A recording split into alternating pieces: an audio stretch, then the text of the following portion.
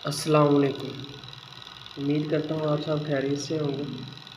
आज का हमारा टॉपिक है फ़िज़िक्स का स्पेसिफिक हीट कैपेसिटी। ये टॉपिक नंबर 8.3 है। Specific heat capacity. Specific heat capacity होती क्या है? फ़र्ज़ कर लें हमारे पास एक मास है, कोई भी सब्सटेंस है, उसका जो मास है वो है 1 किलोग्राम। और अगर हम उसे कुछ हीट दें या कुछ उसे हीट एनर्जी दें, सम अमाउंट ऑफ हीट दें उसे, तो उसका अगर टेम्परेचर 1 केल्विन इंक्रीज़ हो जाए तो वो जो हीट हमने दी थी उसको नाम देंगे स्पेसिफिक हीट। दोबारा सुन लें। अगर हमारे पास एक बॉडी हो जिसका मास 1 किलोग्राम हो और उस 1 किलोग्राम मास को हम कुछ अमाउंट ऑफ हीट दें, ठीक है। अमाउंट ऑफ हीट देने से उसका जो टेम्परेचर है या डिग्री ऑफ हॉटनेस या कोल्डनेस है वो इंक्रीज़ हो 1 केल्विन, तो वो अमाउंट ऑफ हीट जो हमने उस बॉडी को दी होगी उसे हम नाम देंगे स्पेसिफिक हीट।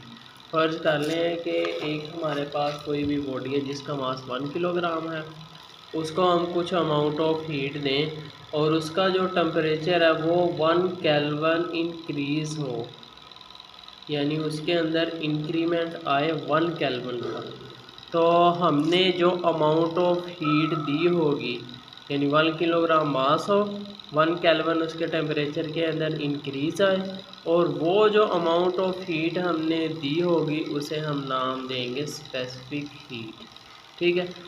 और जितनी ज़्यादा आप हीट देंगे, ये देखें, उतना ही उसका जो टेम्परेचर है वो इंक्रीज़ होगा, ठीक है। यानी ये है हमारे पास हीट, या आप इसे हीट एनर्जी भी कह सकते हैं, और ये है हमारे पास टेम्परेचर, और ये हमारे पास है mass of a body.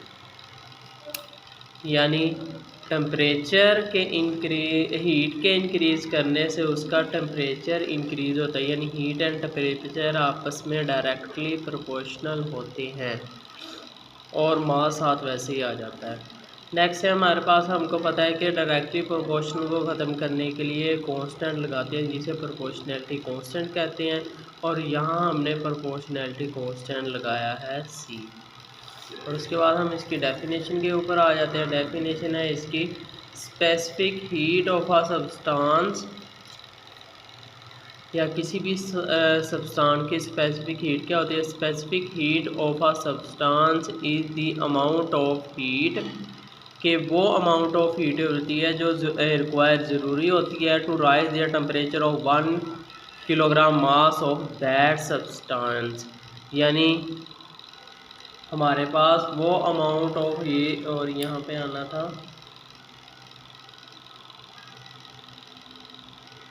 Throw 1 kelvin,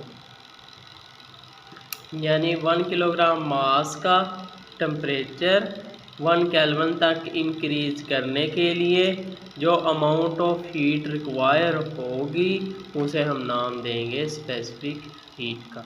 यानी 1 किलोग्राम मास है, 1 केल्विन उसके टेम्परेचर के अंदर हमने इंक्रीज़ करना है, जो हीट हमें रिक्वायर होगी, जिस हीट की हमें ज़रूरत होगी उसे हम नाम देंगे स्पेसिफिक हीट कैपेसिटी का। और यहाँ से हमने ये फार्मूला देखे, डेल क्यू यानी हीट इज़ इक्वल टू आया था सी यहाँ पे एक कांस्टेंट है जिसे प्रोपोर्शनैलिटी कांस्टेंट कहते हैं, और ये होती है specific heat capacity CM del T.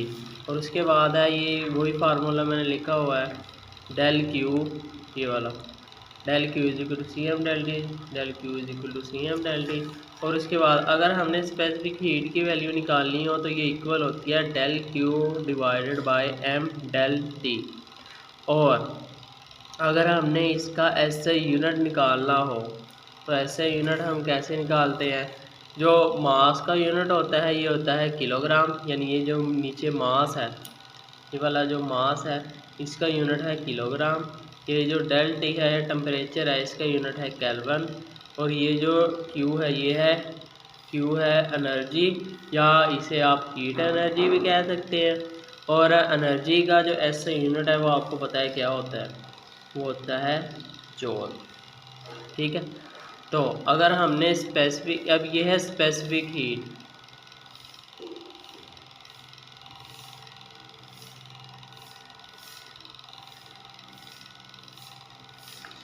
अब ये हमारे पास है स्पेसिफिक हीट। अगर आपसे पूछा जाए स्पेसिफिक हीट का फार्मूला क्या होता है, तो इस ये फार्मूला लिख देना है। अगर आपसे कहा जाए कि इसका एसआई यूनिट क्या होता है, तो एसआई यूनिट जो हीट है इसका यूनिट होता है जॉल, या ये एनर्जी होती है इसका यूनिट होता है जॉल, मास का होता है किलोग्राम, और डेल टी यानी टेम्परेचर का क्या होता है केल्विन।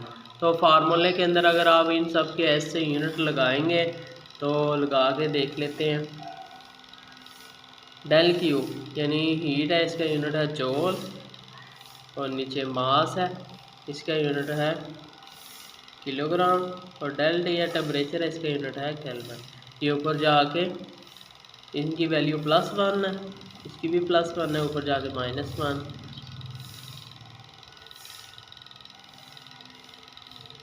तो स्पेसिफिक हीट का ऐसा यूनिट क्या आ गया,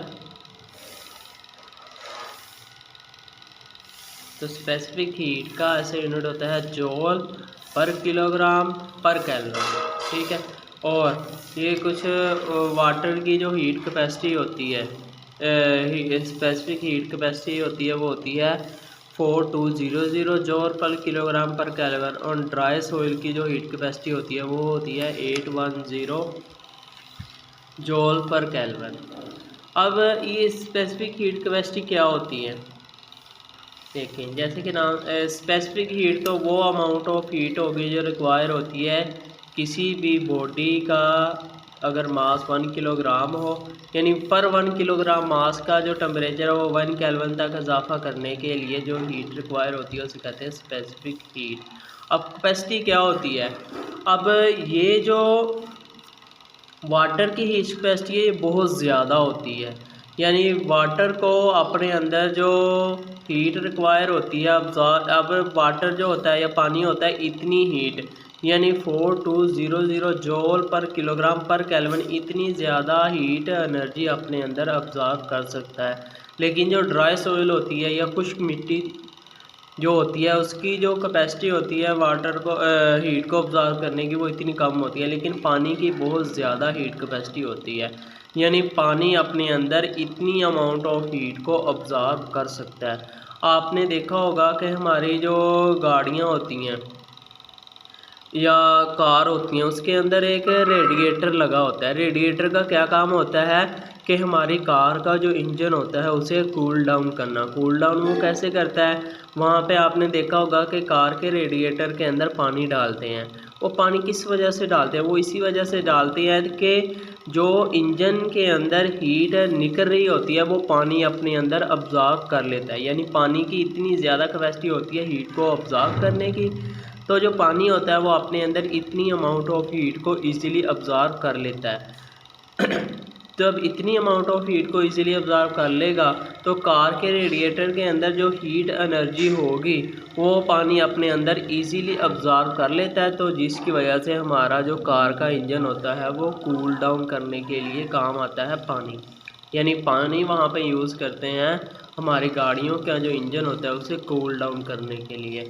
अगर हमारा कार का रेडिएटर ख़राब हो जाए या किसी वजह से काम ना कर रहा हो, यानी हमारी जो गाड़ी हो वो कूल डाउन ना हो रही हो, तो उसकी वजह से हमारे इंजन के ख़राब होने का खदशा भी बहुत ज़्यादा होता है। ये बाइक्स के अंदर क्यों नहीं यूज़ होता, क्योंकि बाइक्स जो होती हैं उनका इंजन जो होता है वेरी लो कैपेसिटी का होता है और उसके अंदर हीट भी बहुत कम बनती है एज़ कम्पेयर टू बड़ी गाड़ियों के। तो उसकी वजह से जो जो हमारे मोटर बाइक होती है इसका इंजन इजीली कूल डाउन हो जाता है हवा के अंदर, लेकिन गाड़ियों का इंजन हवा के अंदर इजीली कूल डाउन नहीं हो सकता। तो उसके लिए उन्हें कूल डाउन करने के लिए पानी का यूज़ किया जाता है। पानी जो इंजन की हीट कैपेसिटी इंजन की हीट होती है अपने अंदर अब्ज़ॉर्ब कर लेता है, जिसकी वजह से जो गाड़ियों का इंजन होता है वो ईज़िली वर्क करता है। ठीक है, आज ये था आपका आज का लेक्चर। ओके, अल्लाह हाफ़िज़।